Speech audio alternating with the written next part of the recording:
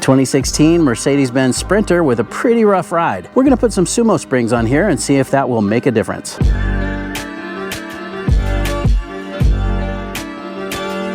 Hey, what's up YouTube? Dan the Fix-It Man. Got another quick video here for you. Got another set of SumoSprings to install, this time on a 2016 Mercedes Benz Sprinter van. This is the 2500 and we have the 4-cylinder diesel. Now this is not lifted, but we do have a little bit bigger tire than stock. These are 245 75/16s. This van does get loaded up with quite a few kids and camping gear, and this thing has got a pretty rough ride, especially when loaded up. Quite a bit of body roll as well. So we're gonna put some SumoSprings on here and see if we can improve that ride. Now we're gonna put these ones here on the front. The part number is SSF-106-40, and then on the back, part number is SSR-329-47. Now, of course, you're going to need a floor jack or something similar, some wheel chocks, and some jack stands, which we've got over here. For the front, we're just going to need a 13mm socket. I'm going to use these Coke and nut grips to hold on to that so that we don't lose that nut, and I'll probably use this Milwaukee or maybe just this Coke and ratchet here. And then for the back, all you really need is either a pry bar or a screwdriver. I'm going to use the Mayhew Dominator. It's a screwdriver-like pry bar, and then also going to use these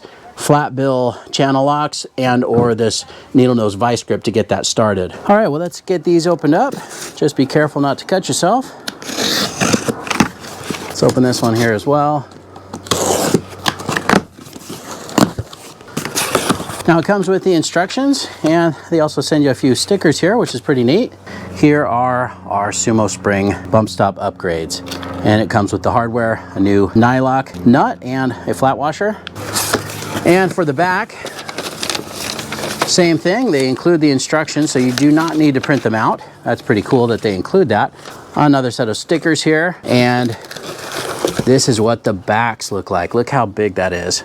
We'll do a little comparison side by side when I get the old ones out. Now I'm gonna start with the front here. We'll take this over to the van. You do want this on a flat surface, so a level surface. I've got the van parked out on the street because my driveway is sloped. So I'm gonna chuck the rear wheels front and back to prevent the van from moving, and then we'll lift up the front. Once we get the wheels off the ground, it's just a matter of unbolting the factory bump stop and putting in these new SumoSprings. So let's go do that now.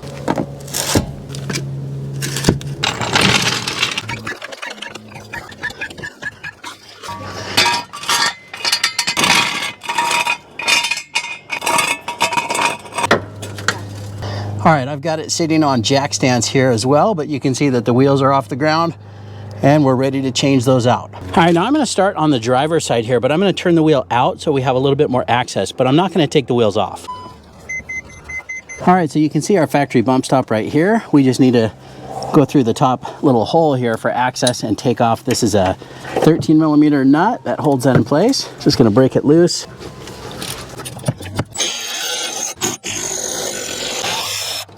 There we go.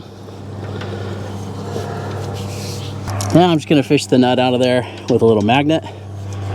Take a look at the difference here. This is the factory and this is the SumoSpring. Just a huge difference. All right, and then we can just feed the SumoSpring in through that same little opening right here. Spin it around and then just push it up through that hole. There's two holes. Make sure you get it in the right one. There's another one farther in. And then we can put the little flat washer on there. Whoops. Now, if you drop it, like I did, you can pull the spring back down and slide it over that opening like that, and then just push it right back through. Now the washer is on. All right, now for this nylock nut here, I'm gonna use this right here. This is a Koken nut grip socket. If we put it in there, it'll hold it in place so it doesn't fall while we're lining this up. And just get that started. And we'll tighten it up. Now, I didn't see a torque spec in the instructions, so just make this snug, but don't go crazy, you know, don't overdo it. That feels good there. All right, now let's go do the other side. I'm gonna go ahead and turn the wheel out to the other direction. All right, same with this one here. We'll just pull off that factory bump stop. Just breaking that loose, and then I'll use the Milwaukee to spin that the rest of the way off. And there's the old one, and there's the old nut.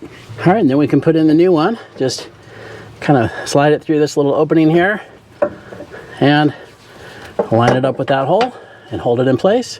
while we put on the little flat washer. Again, hopefully we can get this on without dropping it.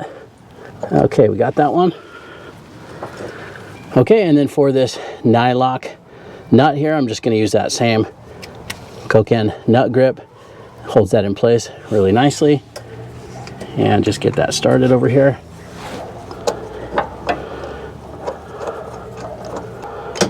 Perfect. See, it just pulls the nut right out as soon as you get it started. And then I'm going to switch it up here to the deep socket on the Milwaukee to spin that on the rest of the way. And then we'll snug it by hand.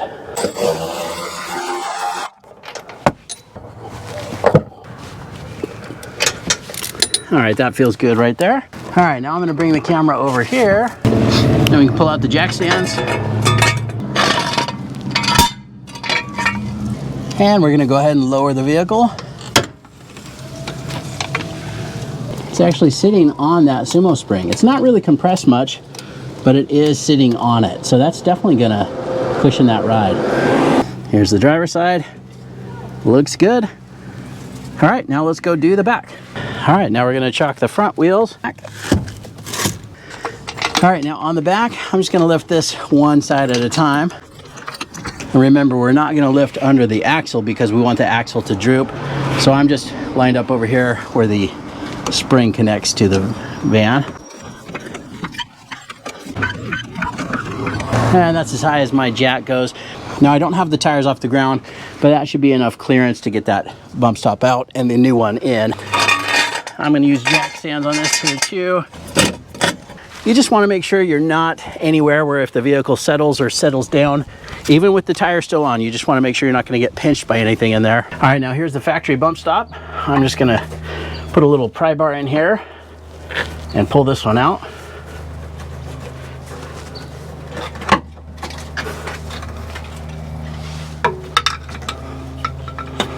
That came out just fine. Now here's the SumoSpring. This side here is longer. This one goes facing the rear, which is this side.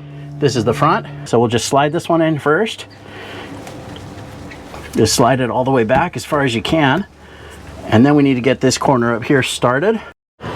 Now the trick here in the front is just getting that up underneath here somehow. And you can try to pry it in like this, or you can try to fold it the other direction with maybe some needle nose vice grips. Let's see if that will work. I think if we can get one corner in, really just trying to get the first corner in. I think once we get that started, then we can get the rest of it pushed up in there.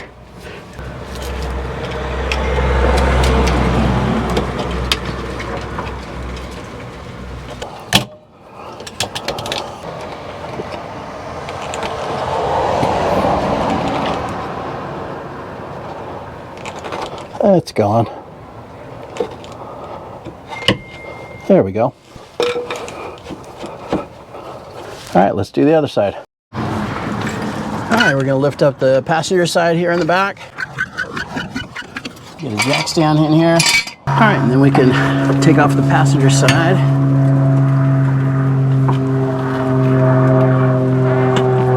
There we go.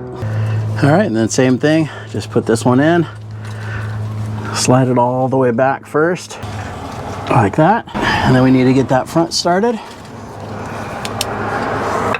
Now this exhaust pipe is kind of in the way of doing that needle nose vice grip trick. So I'm going to see if I can just do this with a couple pry bars. There we go. Now that one I just used the two pry bars pushing at the same time, and that seemed to get it. That looks good. All right, let's lower it back down and then we'll go for a test drive. All right, there you can see the rear is installed with the van on the ground. You can see we still have a good inch and a half of clearance there unloaded with the vehicle on the ground. But that looks good. All right, let's take this for a test drive. See if there's any improvement. I do off the curb here just for the sake of the GoPro down there. See how that does. All right, that felt good actually.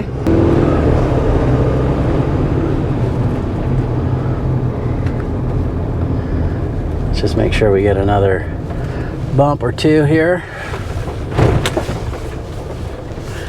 Okay, let's change it to the back. Okay, here's for the back.